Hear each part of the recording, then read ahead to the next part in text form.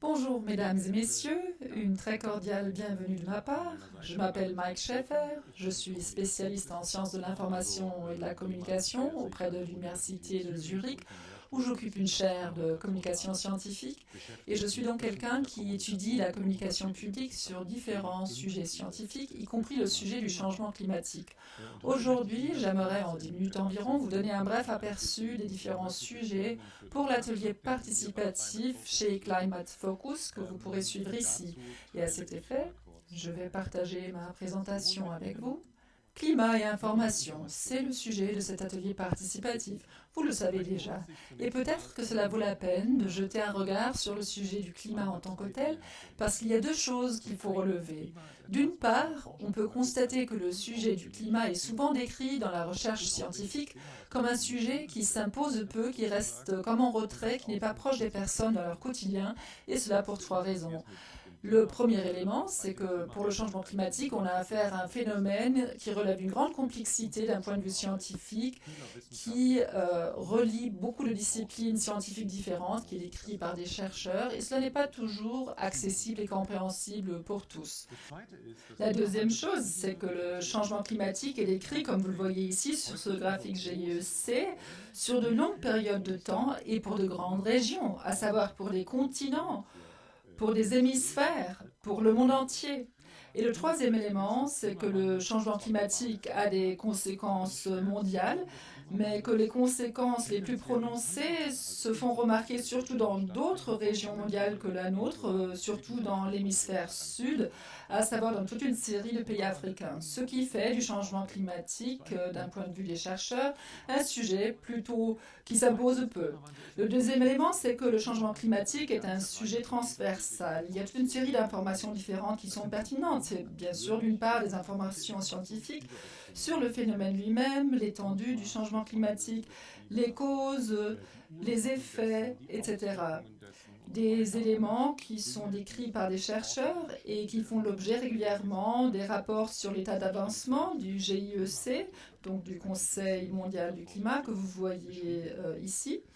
Mais ce ne sont pas seulement ces informations-là, ce sont aussi les informations sur les effets du changement climatique sur la nature et l'environnement, par exemple les animaux, mais aussi, surtout ici en Suisse, des changements qui ont des répercussions sur les glaciers. Ce ne sont pas seulement les effets sur la nature et l'environnement, mais aussi les effets à l'échelle sociale, au vivre ensemble, sur les êtres humains, des changements de la société, des changements politiques, des changements économiques. Vous voyez ici, à titre d'exemple, le Stern Review, qui est un des rapports sur l'état d'avancement les plus importants en ce qui concerne les coûts du changement climatique, jusqu'à des événements extrêmes météorologiques comme des inondations ou des éboulements, ou aussi des phénomènes comme les migrants climatiques ou les conflits qui sont causés par le changement climatique. Bien sûr, ce qui est important aussi, ce sont les informations sur les possibilités d'action. Que pouvons-nous faire? Que pouvons-nous faire pour prévenir le changement climatique?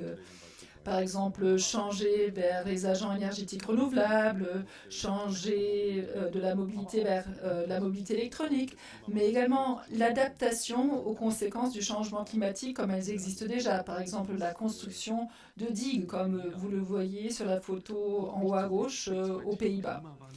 Et il y a finalement aussi, sur le sujet du changement climatique, toute une série d'informations qu'on pourrait qualifier d'informations erronées, à savoir des constats comme quoi le changement climatique serait une information erronée, que la catastrophe climatique n'existerait pas, jusqu'à aller à des constats comme ceux de M. Trump, comme quoi le concept du changement climatique a été inventé par les Chinois, entre guillemets, pour causer un dégât économique aux États-Unis. Donc il y a toute une série de variantes différentes de scepticisme par rapport au changement climatique, scepticisme par rapport au phénomène lui-même, est-ce que ce réchauffement existe, et aussi scepticisme par rapport aux causes, est-ce que c'est vraiment fait par l'être humain, ou encore scepticisme par rapport à la problématique des conséquences. Donc oui, peut-être que cela existe, le changement climatique, mais peut-être que ce n'est pas si grave que cela.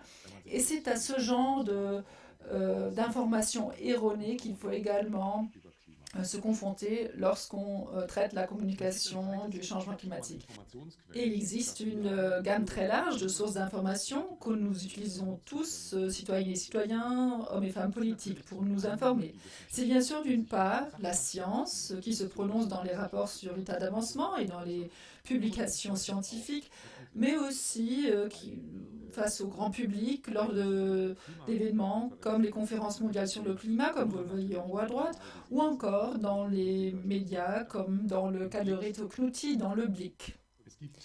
Il existe des acteurs politiques qui communiquent beaucoup par rapport au changement climatique. Ce sont parfois les élites politiques et les porteurs de décision, les conseillères et conseillers fédéraux ou les chefs de gouvernement des différents pays.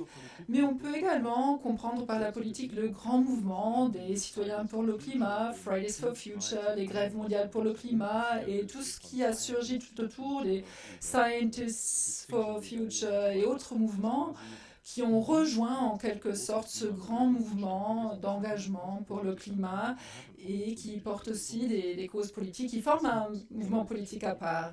Il existe des médias journalistiques qui servent de source d'information, qui disent des choses tout à fait différentes sur ces sujets. Ce ne sont pas seulement des magazines, c'est également la télévision, la radio, des médias en ligne, sur Internet, etc.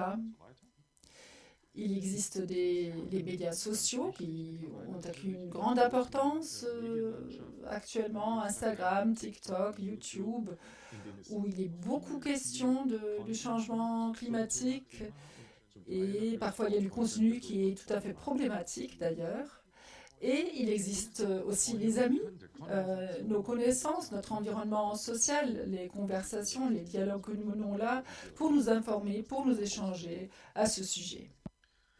Et il existe, et c'est ce que nous montre la recherche de façon très impressionnante, il existe des groupes de populations différents, des publics différents qui regardent le sujet d'un angle différent. Et lorsqu'on se penche sur la question comment communiquer, comment informer, eh bien il faut également envisager différentes façons de communiquer.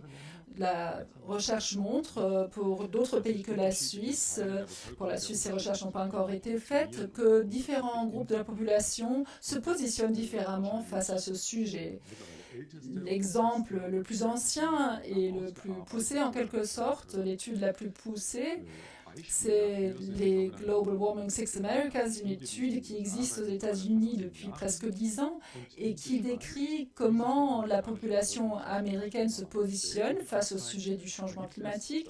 Et cela montre qu'il existe 6 groupes dans la population qui perçoivent ce sujet de façon tout à fait différente. De la personne très alarmée, très activiste, cela équivaut à 12% dans la population. Ce sont des personnes convaincues que ce sujet existe, qu'il est urgent et qui s'engagent à ce niveau, en passant par le groupe des personnes qui sont préoccupées et le groupe des prudents.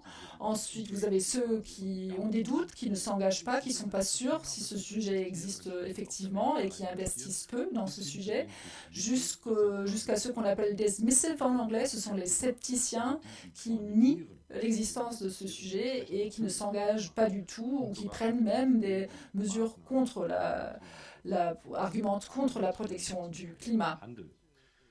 Une telle polarisation ou fragmentation de la discussion publique se trouve de façon très prononcée dans les pays anglo-américains. Nous trouvons cette discussion moins dans les pays d'Europe continentale, comme la Suisse par exemple, mais bien sûr, la gamme des différents publics existe tout à fait aussi ici en Suisse. Maintenant se pose la question, que faire si on souhaite informer, si on souhaite communiquer? C'est la question qui est au centre pour vous dans cet atelier participatif. Et en guise de conclusion sur ces transparences suivantes, je vous ai apporté quelques questions dont je pense qu'elles peuvent répondre à quelques questions centrales à l'intérieur de ce sujet. La première question, lorsqu'on regarde cette gamme d'informations que je vous ai montrée, c'est la question: quelles sont les informations tout autour du sujet du climat qui sont à notre disposition et quelle de ces informations nous semble le plus importante pour notre société. Deuxième point, lorsque nous communiquons, lorsque nous informons, où aller chercher ces informations? Où est-ce que nous apprenons en tant que société à nous informer? Comment reconnaissons-nous les sources crédibles? Comment reconnaissons-nous les désinformations et les informations erronées? Troisième question, quel rôle devrait jouer la science? Est-ce qu'elle devrait surtout informer, faire référence à son expertise, mettre à disposition des informations, ou est-ce qu'elle devrait prendre un rôle plus actif? Est-ce qu'elle devrait, par exemple, conseiller les politiciens, jouer un rôle dans la politique? Quel rôle joue l'activisme pour les organisations scientifiques, par exemple? Quatrième point. Si nous communiquons, nous informons sur le sujet du changement climatique, quels devraient être nos objectifs principaux? Et comment pouvons-nous parvenir à atteindre ces objectifs dans les différents groupes de la population? Est-ce qu'il faut seulement informer? Est-ce qu'il faut activer? Et une des questions centrales, parce que beaucoup de personnes ont déjà pas mal de connaissances par rapport aux options stratégiques, aux possibilités d'action, si ces personnes souhaitent faire quelque chose pour protéger le climat, comment peut-on traduire, comment peut-on transférer au mieux le savoir qui existe déjà vers des actions concrètes qui aboutissent dans un comportement changé de la population? Et dernier point, comment est-ce qu'on peut replacer le sujet du changement climatique sur les agendas après la pandémie du Covid-19? Ce sujet qui nous a occupés pendant des mois et qui a évincé en quelque sorte le sujet du changement climatique. Comment faire en sorte que ce sujet du réchauffement climatique, qui n'a pas disparu pour autant, comment faire en sorte qu'il retourne au premier plan et que pouvons-nous tirer comme leçon de cette expérience de la pandémie des derniers mois? Je crois que ce sont les questions les plus importantes sur lesquelles nous devons nous pencher. Je me réjouis de ce workshop, de cet atelier participatif et j'attends avec impatience vos réponses à ces questions. Je vous souhaite bonne santé et gardez votre bonne humeur et à très bientôt pour cet atelier participatif. Merci.